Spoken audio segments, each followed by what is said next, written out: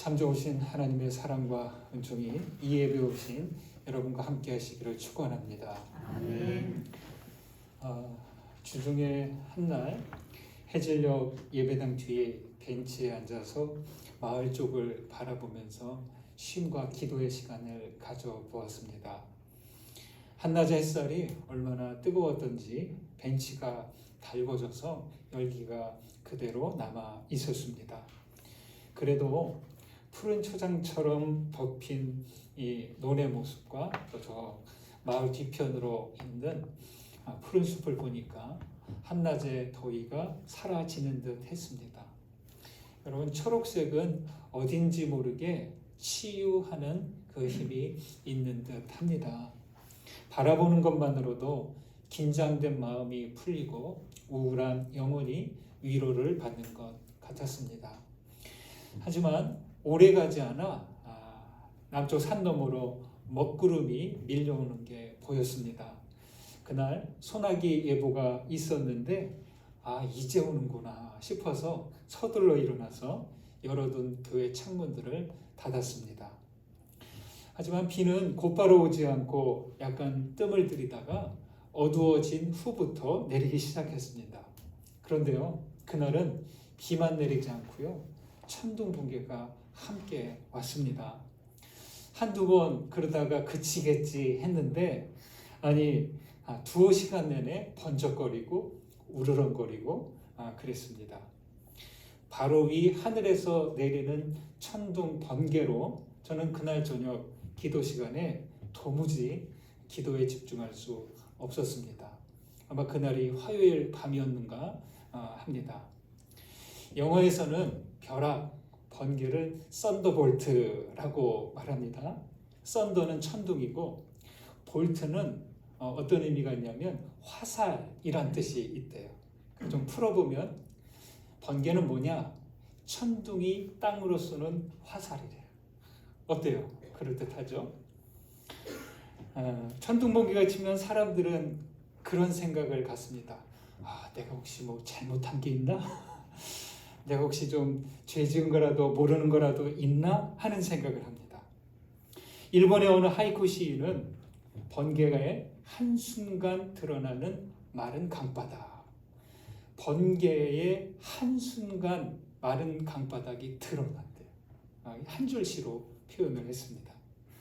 자연현상이지만 사람은 번개를 통해서 자기 내면의 바닥을 살피게 되는 거죠. 일본어로 번개를 이나비카리라고 한대요. 일본 발음이 그렇습니다. 이나비카리. 근데 이걸 한자로 보면 도광입니다. 도자는 벼 도자이고 광자는 빛 광자입니다. 이거 무슨 얘기예요? 도광, 이나비카리, 별을 위한 빛이다. 이렇게 볼 수 있습니다. 빛광자가 들어가는 것은 이해가 가겠는데요. 왜 벼 도자가 들어갈까? 좀 의아해합니다. 또 다른 일본말로 번개가 이나즈마라고 합니다. 이게 뭐냐면 도처입니다. 한자로. 벼 도자에 여기에 나온 처는 아내 처래요. 그럼 무슨 뜻이 되겠어요? 번개가 벼의 아내라는 거예요. 참 이해가 안 갑니다. 벼를 위한 빛, 벼의 아내로 부르는 이유가 바로 무엇일까요? 당연 벼 농사와 연관이 있다. 벼에 도움을 주기 때문에 이런 이름이 지어졌다 볼 수 있습니다. 번개의 도광, 도처라는 이름을 붙인 데에는 나중에 보니까요, 과학적인 원리가 그 안에 숨어 있다고 합니다. 그것은 번개가 칠 때요, 공중 대기 중에 있는 질소가 비에 녹아든대. 번개가 한번 번쩍 치면서 대기 중에 있던 그 많은 질소가 비 속에 녹아들고 그 비가 땅으로 내리면 어떻게 돼요? 이 땅이 비옥하게 된다는 거죠. 여러분, 질소 성분은 인산, 칼륨과 함께 3대 필수 영양분이라고 합니다. 작물에 아주 유용한 영양소죠. 식물은 공기 속에 있는 질소를 직접 흡수하지 못하기에 땅에 녹아든 질소를 뿌리로 흡수해야 합니다. 그러니까 번개치고 비가 내리면 그 뭐예요? 천연 질소 비료를 자동적으로 뿌려주는 그런 격이 되는 거죠.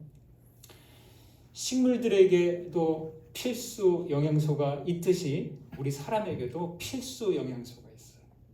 은혜와 진리와 생명이라는 필수 영양소가 우리 사람들에게도 필요합니다.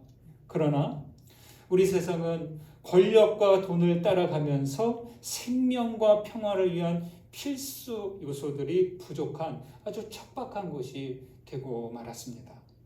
그래서 사람들은 진리에 굶주렸고 말씀에 목말라 했습니다. 여러분, 저는 예수님을 이렇게 생각해 봅니다. 예수님은 이 불모의 땅에 벼락처럼 오신 분이시다. 저는 이렇게 생각을 합니다. 보기엔 역사의 시간을 놓고 볼 때 예수님이 이 땅에 머무셨던 시간은 번개처럼 짧은 시간이지만 예수님은 이 땅에 진리와 생명이라는 필수 영양소를 공급해 주셨다는 것이죠. 그래서 예수님을 통해서 이 세상에 은혜와 진리가 녹아들었고 마르지 않는 은혜의 강물이 흐르게 된 것이죠. 여러분, 그리스도인은요, 어떤 사람일까요? 우리 그리스도인은 벼락처럼 오신 예수님을 통해 진리와 생명에 연결된 사람들이에요. 여러분, 어때요? 그리스도인됨은 바로 이런 거예요. 벼락처럼 오신 예수님께 그 진리와 생명을 얻은 사람들. 벼락을 맞으면 생명을 보장할 수 없지만 예수께서 주신 은혜와 진리를 붙잡으면 살 것입니다. 우리 안에 녹아든 그 은혜와 진리로 살아가십시오. 예수를 통해 지속해서 은혜와 진리를 공급받아 살아가시는 여러분 되시기를 주님의 이름으로 축원드립니다. 아멘. 여러분, 우리 그리스도인들은 어떤 사람일까요? 그리스도인은 예수님의 손을 붙잡은 사람들이에요. 그리스도인은 보다 먼저 예수님의 손에 의해 붙잡힌 사람들입니다. 여러분은 예수님의 손을 붙잡고 계십니까? 예, 네 분이. 갑작스러운 질문을 드려서 지금 미처 답을 못 하셨겠지만 다시 한번 조금 이따 여쭤볼게요. 여러분, 우리는 예수님의 손을 놓을 수 없습니다. 모든 전자제품은 플러그를 뽑는 순간 작동을 멈춥니다. 그렇듯이 우리가 주님의 손을 놓는 순간 은혜와 진리의 공급은 끊어지게 됩니다. 오늘 말씀에는 가까이 오신 예수님을 놓치지 않은 사람들을 이야기하고 있습니다. 한 사람은 회당장 야이로 그리고 그의 딸입니다. 또 한 사람은 오랫동안 혈루증을 앓고 있는 여인입니다. 우리가 잘 알고 있는 본문입니다. 회당장의 집으로 가던 중에 예수님은 12년 동안 혈루증으로 고생한 여인을 만납니다. 하혈병은 여인들만의 고통입니다. 그뿐 아니라 이 유대교에서는 혈루증을 부정하게 여겼기에 공적인 자리에 나서지 못했고 사람들도 접촉을 기피했습니다. 오랜 난치 질환으로 가족들은 지쳤을 것이고 여인의 고통은 이루 말할 수 없었을 것입니다. 그러던 차에 나사렛 사람 예수님께서 가까이 왔다는 소식을 듣습니다. 예수님은 무리에게 에워싸인 채 이동 중이었습니다.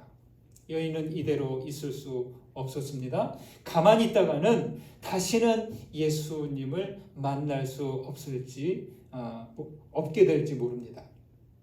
여인은 용기를 내어서 무리들을 비집고 예수님에게 다가갔습니다. 27절과 28절 보실까요? 함께 읽습니다. 예수의 소문을 듣고 무리 가운데 끼어 뒤로 와서 그의 옷에 손을 대니 이는 내가 그의 옷에만 손을 대어도 구원을 받으리라 생각함일러라. 여인은 앞으로 다가가지 못하고 예수님의 뒤로 다가갑니다. 뒤로 다가가는 일은 참 불손한 일입니다. 위협하는 일이 될 수 있고 장난이라도 그는 깜짝 놀래킬 수 있는 좀 그런 일이죠. 어째서 뒤로 다가가는 것일까요? 여러분이라면 어느 쪽으로 다가가시겠습니까? 여인처럼 뒤로 다가가시겠습니까? 옆으로 가시겠습니까? 앞으로 다가가서 가로막으시겠습니까? 당신은 여인이 사람들이 이렇게 모여있는 그 공적인 자리에 나서는 것을 금기시했을 때였습니다. 더구나 지금은 혈루증이라는 지병이 있어요. 그래서 여인 본인은 사람들 시선이 부담되었을 것입니다. 그래서 뒤로 다가가서 소리도 내지 않고 부르지도 않고 그냥 가만히 예수님의 옷에 자기 손을 댔습니다. 여러분, 몸이 아플 땐 어떠세요? 하루가 1년 같지 않아요? 하룻밤 열나고 몸이 힘들 때 아주 그게 영원히 지속되는 것처럼 체감되는 게 우리입니다. 그런데 여인은 12해나 고통을 겪었습니다. 이 10이라는 숫자는 유대교에서 완전수입니다. 12, 그게 무슨 말이냐? 12해 동안 꽉 찬 고통의 시간을 보냈다는 이야기죠. 바깥에 나다니기에 수치스럽지만 그렇다고 이대로 지낼 수는 없었습니다. 주님의 옷에 손을 내밀 때 여인은 이 생각을 마음에 품었습니다. 옷에만 손을 대어도 구원받을 것이다. 이렇게 말이죠. 네. 이 순간 여인의 하혈이 그쳤습니다.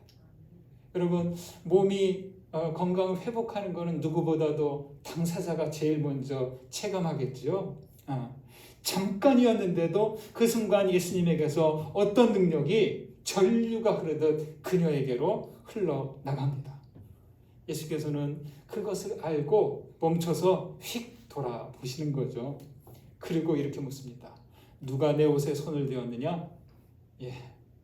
막 사람들이 밀고 막 하는데 다 멈추시더니 뒤를 돌아보시고 누가 내 옷에 손을 대었느냐? 누가 나에게 손을 대었느냐? 이것도 아니에요. 누가 내 옷에 손을 대었느냐? 아마 여인은 손을 대기만 하지 않고 주님의 옷자락을 살짝 잡았을지도 모르겠습니다. 이거 옷자락이 살짝 당겨지니까 그 옷 입으신 분은 그것을 아실 거 아니에요? 그러니까 그 당겨지는 옷의 느낌만이 아니라 자기 몸에서 뭔가 좀 빠져나가는 듯한 느낌이 있으셨던 것이죠. 제자들은 난감해합니다. 무리가 이렇게 에워싸고 미는데 옷을 댄 사람을 찾으시니 말입니다. 여기서 한 가지 궁금증이 생깁니다. 뭐냐면 예수님께 손을 내민 사람이 이 여인 한 사람뿐이었을까요? 여러분 어떠실까요? 무리들이 에워싸고 밀고 가는데 예수님의 옷을 잡으려고 예수님을 이렇게 손을 대려고 한 사람이 여인 한 사람이었을까요? 저는 아니었을 것 같아요. 많은 사람들이 손을 내밀어서 내 손 한번 잡아달라고 막 했을 것 같아요. 옷에든 무엇에든 손을 댔을 것으로 봅니다. 그러나 능력이 빠져나간 것을 주님이 몸으로 느끼신 것은 여인이 손을 대었을 뿐입니다. 놀라 엎드린 여인에게 예수님께서 이렇게 말씀하시죠. 34절 같이 보실까요? 34절 읽습니다. 예수께서 이르시되 딸아 내 믿음이 너를 구원하였으니 평안히 가라. 내 병에서 놓여 건강할지어다. 내 믿음이 너를 구원하였다. 여인에게 구원 능력이 생긴 것일까요? 치유 능력이 생긴 것일까요? 아닙니다. 주님은 종종 고침받은 사람들에게 이런 식으로 자주 얘기했어요. 내 믿음이 너를 구원하였다. 여러분 이것만 보면 구원이 일방적이지 않다는 것을 알 수 있습니다. 구원은 상호적이에요. 구원을 간구해야 되고 구원을 베푸시는 분과 구원을 요청하는 사람이 함께 무언가 연결되는 게 있어야 된다는 것이죠. 내 믿음이 너를 구원하였다. 어떤 믿음일까요? 단순합니다. 예수님의 능력을 그대로 받아들이는 순수한 믿음, 아멘 하는 믿음입니다. 주님을 온전히 신뢰하는 내 생명을 내어 맡기는, 내 심장을 내어 맡기는 순수한 믿음, 아멘 하는 믿음입니다. 나무나 고무와 같은 물질은 아무리 돼도 전기가 통하지 않습니다. 고압 전류가 와도 나무나 고무 같은 것은 전기가 통하지 않습니다. 그러나 구리와 쇠 같은 금속은 전기가 아주 빠르게 통합니다. 주님의 능력도 전류처럼 흘러갔습니다. 믿음으로 만진 손에 전류가 흐르듯이 주님의 능력이 그 여인에게로 흘러갔습니다. 마치 고압선 가까이 있을 때, 그리고 번개가 떨어질 때 그 옆에 있는 사람에게 그 번개가 감전되듯이 그렇게 말이죠. 여인의 손은 어디로 향하고 있습니까? 예수님을 향하고 있습니다.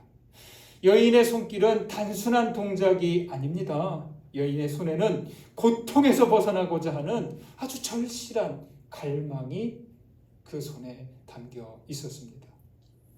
여러분, 만약 이 여인에게 이런 고통이 없었다면, 12년 동안 꽉 찬 고통을 경험하지 않았다면 이렇게 주님께 손 내밀 수 있었을까요? 이렇게 사람들을 해짓고 자기의 수치스러운 상황을 감수하고 예수님의 그 옷자락을 만지려고 다가갔을까요? 저는 그렇게 생각합니다. 고통은 하나님을 만날 수 있는 가장 적절한 때가 아닌가. 나에게 고난이 있고, 나에게 슬픔이 있고, 죽을 것 같은 절망이 있을 때 바로 이때가 하나님께 손 내밀 수 있는 가장 귀중한 시간이라. 여인은 더 이상 붙잡고 있을 곳이 없습니다. 그녀의 손을 붙잡아주는 사람도 없습니다. 여인의 손이 붙잡을 곳, 예수님밖에 없었던 것입니다. 13세기 페르시아 시인 한 사람이 이렇게 노래했습니다. 위대한 욕구를 채우기 위해 우리는 모두 손을 잡네. 모두 손을 잡네. 위대한 욕구는요, 세속적인 그런 욕구 아닙니다. 세상을 구원하시려고 오신 하나님의 손, 예수를 붙잡으려고 하는 거룩하고 간절한 갈망입니다. 여인의 손은 예수님의 옷자락을 만졌을 뿐이지만 그것은 예수님의 손을 붙잡은 것과 다르지 않았습니다. 시인 이문재님은 손의 백서라는 시에서 이렇게 말합니다. 상당히 길어서 제가 약간만 소개해 드립니다. 손은 손을 쓰지 않는다. 손 사용법을 잃어버렸다. 손이 도구와 멀어지자 사람이 생명과도 멀어졌다. 손이 자연과 멀어지자 사람과 사람 사이도 멀어졌다. 악수는 가장 손쉬운 인사법이 아니다. 진정한 악수는 깊은 포옹을 넘어선다. 손이 손을 잡으면 영혼의 입술이 붉어진다. 손이 손을 잡으면 가슴이 환하게 열린다. 손이 손을 잡으면 피돌기가 빨라진다. 손이 손을 잡는 순간 기억을 공유한다. 손이 손을 잡는 순간 몸이 몸을 만난다. 이렇게 길게 이어지다가 제일 끝에는 이렇게 끝나요. 나는 손이다. 너도 손이다. 이렇게 끝나요. 손 사용법을 잃은 세상은 생명과도 멀어졌고요. 사람 사이도 멀어졌습니다. 그래서 시인은 사람들의 손이 돈과 신용카드, 강박과 중독의 중심에, 욕망과 증오심의 최전방에, 열등감과 망각의 외곽에 가 있다. 이렇게 한탄했습니다. 이러냐한 것은요, 사람의 손은 가난하고 어려울 땐 하나님의 손을 붙잡으려고 해요. 그런데 원하는 것들이 채워지고 해결되면 될수록 더 이상 하나님께 손 내밀지 않아요. 아이러니하지 않습니까? 제가 사람의 손을 보다가 감동한 적이 있습니다. 언제냐면 성만찬 할 때. 성찬식 할 때 그 떡을 분급하잖아요. 때론 포도주를 담당하기도 하는데요. 한동안 떡을 이렇게 손에 얹어주면 그 떡을 포도주에 찍어서 먹는 식으로 그런 성찬식을 진행했었는데요. 제가 떡을 분급합니다. 이 떡은 당신을 위해서 죽으신 그리스도의 몸입니다 하고 다 손에 얹어줘요. 그러면 한 분 와서 이렇게 손을 내미는데요. 제가 이렇게 떡을 그 손에 이렇게 줄 때 손 모양이 다 달라요. 우리 농사 짓는 분의 손, 또 거친 연장을 쓰시는 분의 손, 아니면 이 펜으로 오랫동안 글을 쓴 사람의 손, 아이의 손, 어르신의 손, 청년의 손 다 달라요. 근데 우리 교우들의 손을 이렇게 보는데 괜히 짠한 거예요. 이분들이 이렇게 이 손을 가지고 고생을 하셨네. 근데 주님의 그 살을 상징하는, 몸을 상징하는 떡을 이렇게 봤는데 거기서 울컥하는 거예요. 얼마나 감동이 된지. 어떤 손이든 상관없습니다. 그리스도의 은혜를 붙잡으려고, 생명을 붙잡으려고 믿음으로 내미는 그 손, 하나님께서 얼마나 기뻐하실까요? 여러분, 여러분의 손은 어디로 향하고 있습니까? 어떤 손을 붙잡고 있습니까? 믿음의 손으로 주님을 붙잡으십시오. 예수님의 손을 잡고 여러분의 가슴이 환히 열리고 믿음의 손 사용법을 계속 익혀가시기를 주님의 이름으로 축원드립니다. 회당장 야이로가 예수님께 와서 엎드렸습니다. 여러분, 회당장이라면 나름 어느 정도 직급이 있는 위치예요. 그 지역에서 존경받는 인물이에요. 근데 예수님께 와서 겸손하게 엎드립니다. 어린 딸이 죽어가고 있으니 와서 손을 얹어서 구원해 달라고 말합니다. 그의 간청을 들으신 주님은 야이로의 집으로 향합니다. 그런데 집으로 향해 가던 길에 그 집에서 기별이 왔습니다. 딸이 죽었다는 소식이요. 아주 매 순간이 안타까워서 그냥 예수님께 나아가서 빨리 우리 집으로 좀 와달라고, 어린 딸을 좀 불쌍히 여겨달라고, 구원해달라고 간청했는데 딸은 더 이상 기다리지 못하고 먼저 떠나버린 거죠. 딸의 죽음은 회당장에게 절망이죠. 자식의 죽음은 뭐예요? 참혹한 슬픔, 참척의 고통이죠. 자녀는 누구에게나 현존하는 미래입니다. 내가 그 다음까지 살아갈 수 없기 때문에 내 자녀들을 통해서 우리가 미래를 사는 거죠. 그런데 참척의 자리에 선 이들은 더 이상 미래를 상상할 수 없습니다. 시간이 멈추어 버리는 것이죠. 야이로는 세상의 빛깔이 사라지고 음악 소리가 꺼지고 온통 흑백으로 바뀌었을 것입니다. 이쯤 되면 어떻게 해야 돼요? 체념할 수밖에 없겠죠. 그러나 아이가 죽었다고 하는데도 주님은 회당장의 집으로 가셨습니다. 집에서는 아이의 죽음으로 모두가 깊은 슬픔에 젖어 있습니다. 어린 소녀의 죽음은 그 집만의 슬픔이 아니라 모두의 슬픔이 되었습니다. 그 모습을 보신 주님이 이렇게 말씀하시죠. 소녀는 죽은 게 아니다, 잔다. 사람들이 어떻게 반응했습니까? 비웃었습니다. 도무지 이해할 수 없는 말입니다. 소녀는 실제로 죽었을 것입니다. 하지만 사람들이 보는 죽음과 예수님이 보시는 죽음은 다릅니다. 사람은 죽음을 끝이라고 여기시지만 예수님께서는 잔다고 여기신 것이죠. 여러분, 죽은 자와 잠자는 자의 차이는 무엇일까요? 죽은 자는 숨을 쉬지 않겠죠. 그러나 잠자는 사람은 숨을 쉽니다. 잔다는 것은 깨어남을 전제합니다. 죽음도 잠의 일부입니다. 그래서 우리가 죽은 이를 보고 영면에 들었다, 영원한 잠에 빠졌다, 이렇게 말합니다. 하지만 예수님은 소녀가 영원한 잠에 들어가기 전에 서둘러서 깨워내시려고 합니다. 41절 보실까요? 같이 있습니다. 그 아이의 손을 잡고 이르시되 달리다금 하시니 번역하면 곧 내가 내게 말하노니 소녀야 일어나라 하심이라. 달리다고 잘 아시는 말씀입니다. 회당장 야이로는 아이에게 그냥 손을 얹어 달라고만 했을 뿐인데 그보다 주님은 아이의 손을 잡아 주십니다. 그리고 깊이 잠든 아이를 깨우듯이 소녀야 일어나라 달리다 구미라고 말씀하십니다. 아이가 곧 일어납니다. 앞에서 예수님의 옷을 만진 여인의 손은 어떤 손이에요? 믿음의 손이죠. 신뢰의 손이죠. 여기 아이의 손을 잡은 주님의 손은 어떤 손인가요?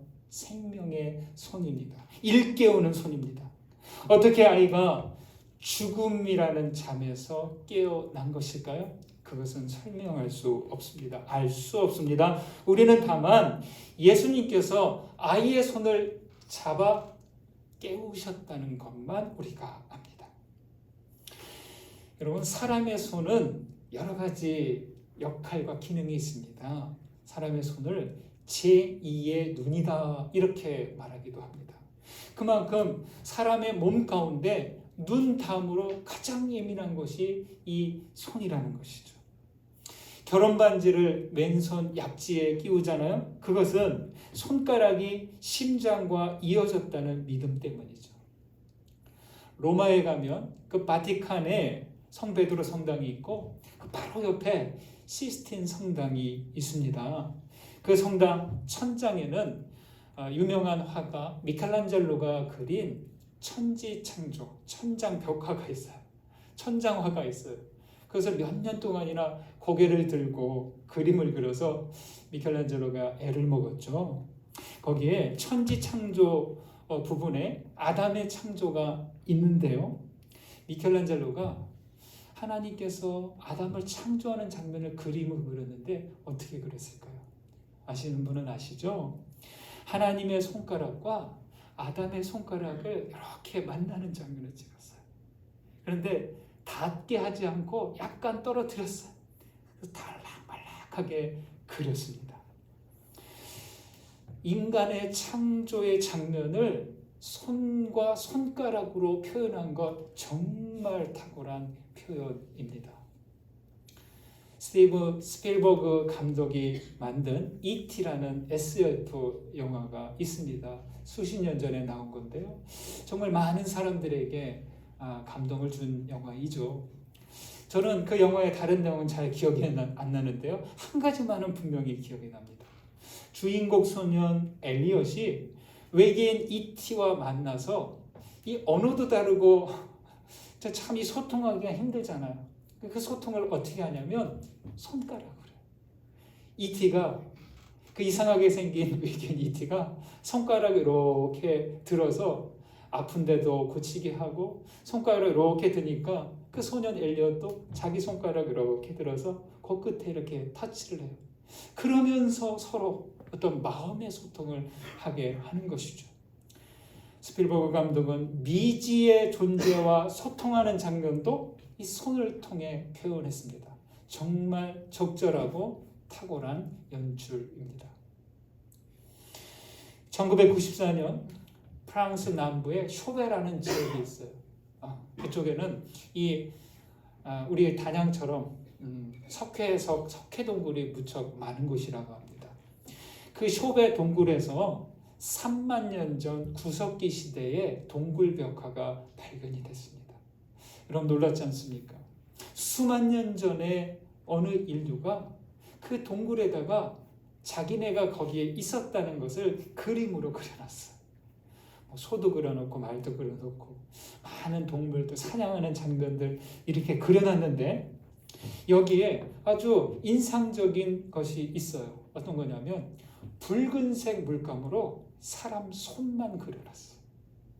이 벽에 사람 손이 여러 개 이렇게 있는 거예요. 그것을 본 사람들 되게 신비하게 여겼습니다. 그런데요, 이 손그림을 그린 방식이 독특했습니다. 어떤 도구로 이렇게 그린 것이 아니라 벽에 이렇게 손을 놓고 붉은색 물감을 입에 넣었다가 푸 하고 뿜으면 어떻게 돼요? 분무기처럼 이렇게 되잖아요. 그 다음에 손을 떼면 어떻게 돼요? 물감이 묻지 않는 자리만 손 모양이 다 있는 거예요. 그런 방식으로 손을 여러 개를 거기에다가 이렇게 그려 놓았습니다. 여러분, 구석기 시대 사람들이 어째서 얼굴이나 외모를 그리지 않고 손자국을 남긴 것일까요? 이 손자국을 본 고고학자들은요, 마치 얼마 전에 누군가가 다녀간 듯한 느낌을 받았대요. 저도 이렇게 책에 나온 그 그림을 보는데요, 되게 신비해요. 몇 달 전, 몇 년 전도 아닌데 3만 년 전에 우리가 알 수 없는 누군가가 거기에 있다간 거를 다른 그림이 아니라 그 사람들의 손만 남겨놓은 거예요. 한 사람도 아니라 여러 사람의 손을 거기에 남겨놓았습니다. 여러분, 손은 심장을 상징한대요. 제2의 눈이라고도 하지만 심장을 상징합니다. 우리는 3만 년 전에 손그림에서 살아있는 인간 심장의 박동을 느낄 수 있습니다. 천지창조 그림에서도 하나님의 그 심장박동, 아담의 심장박동을 느낄 수 있습니다. 외계인과의 만남에서도 손을 통해 서로의 심장박동을 주고받았습니다. 영화이지만 예수님께서 잠자는 소녀의 손을 잡습니다. 그냥 가슴이나 머리나 이런 데 그냥 손을 이렇게 얹기만 하셔도 되는데 주님께서는 손을 잡았어요. 그것은 뭐예요? 그 아이가 죽은 것이 아니라 살아있다는 것을 암시하는 행동이죠. 예수님의 심장과 소녀의 심장이 연결된 거예요. 예수님이 아이의 손을 딱 잡는 순간 주님의 심장과 아이의 심장이 연결된 거예요. 소녀의 심장은 정지되었지만 예수의 심장과 이어지고 다시 박동이 시작되는 거예요. 소녀는 곧 일어납니다. 참 우리가 이 글로만 읽어서 그렇지 그 장면을 옆에서 지켜본 사람들은 얼마나 감동적인 순간이었을지 생각해 봅니다. 강은교님의 당신의 손이라는 시를 소개해 드립니다.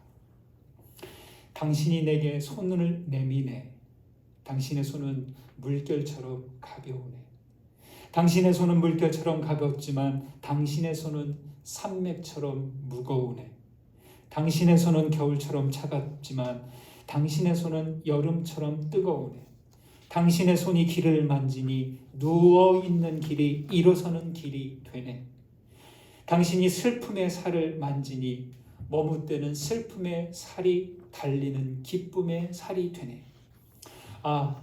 당신이 죽음을 만지니 천지에 일어서는 뿌리들의 뼈. 당신이 내게 손을 내미네. 물결처럼 가벼운 손을 내미네. 산맥처럼 무거운 손을 내미네. 참 우리가 그 손 내미는 동작이 얼마나 의미심장한 것인지 이 시를 통해서 알 수 있습니다. 여러분, 우리가 예수를 믿는다고 하는 것은 무엇일까요? 앞에서도 말씀드렸지만 예수 믿음은 예수님과 내가 손 잡는 거예요. 주님의 손은 가볍지만 무겁습니다. 차갑지만 뜨겁습니다. 주님의 손이 슬픔을 만질 때 기쁨이 되고 죽음을 만질 때 일어납니다. 우리가 주님의 손을 잡을 때 나의 심장과 주님의 심장이 연결됩니다. 주님은 그 생명의 손으로 나를 붙잡아 주셨습니다. 우리 손을 잡으셨습니다. 그래서 우리는 깨어났고 일어났습니다. 여러분, 여러분의 손을 붙잡아 보십시오. 이렇게 마주 잡아 보세요. 자기 손을 마주 잡아 보세요. 대충 잡지 마시고 꼭 잡으세요. 코로나 상황만 아니라면 옆에 사람 서로 손을 잡아주고 싶은데 지금 때가 그래서 자기 손을 잡게 합니다. 여러분, 주님께서 여러분의 손을 잡고 계십니다. 주님은 여러분의 손을 한순간도 놓지 않으실 것입니다. 여러분, 느껴보십시오. 주님의 손길 느껴지십니까? 주님의 심장박동 느껴지십니까? 예수님의 손을 잡고 있는 한 우리 심장의 박동은 멈추지 않을 것입니다. 우리가 예수님의 손을 붙잡고 있는 한 내 영혼은 죽음에 들지 않을 것입니다. 여러분 예수님의 손을 놓지 마십시오. 우리 믿음의 손으로 생명의 손이신 주님 손잡고 일어나 걸어가시는 여러분 모두 되시기를 주님의 이름으로 축원드립니다. 아멘. 받은 은혜 생각하면서 거듭의 기도 드립니다. 말씀 가운데 울림이 되거나 깨달아진 것 있으면 여러분 붙드시고 주님께 기도하시기 바랍니다. 주님의 손을 잡고 기도하십시오. 기도합니다.